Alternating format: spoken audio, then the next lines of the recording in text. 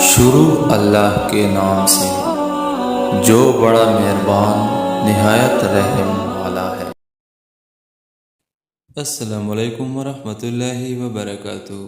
آج ہم ایک ایسی دعا یا وظیفے کے بارے میں پڑھیں گے جس کے پڑھنے سے اور اس کے اہتمام کرنے سے انشاءاللہ الرحمن گناہ درخت کے پتوں کی طرح گریں گے۔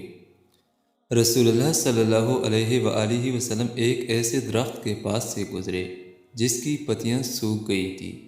آپ صلی اللہ علیہ وآلہ وسلم نے اس پر اپنی چڑی ماری تو پتیاں جڑ پڑیں، یعنی کہ درخت کے پتے گر پڑے۔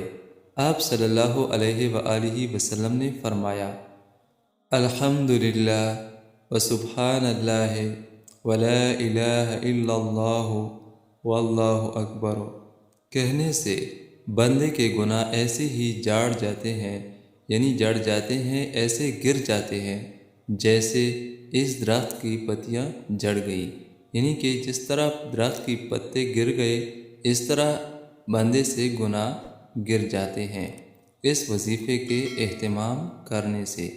اور یہ الفاظ دوبارہ سن لیجئے، الحمدللہ وسبحان اللہ ولا الہ الا اللہ واللہ اکبر۔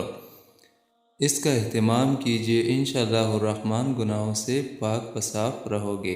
اللہ تعالیٰ اس پہ عمل کرنے کی توفیق نصیب عطا فرمائے، آمین ثم آمین۔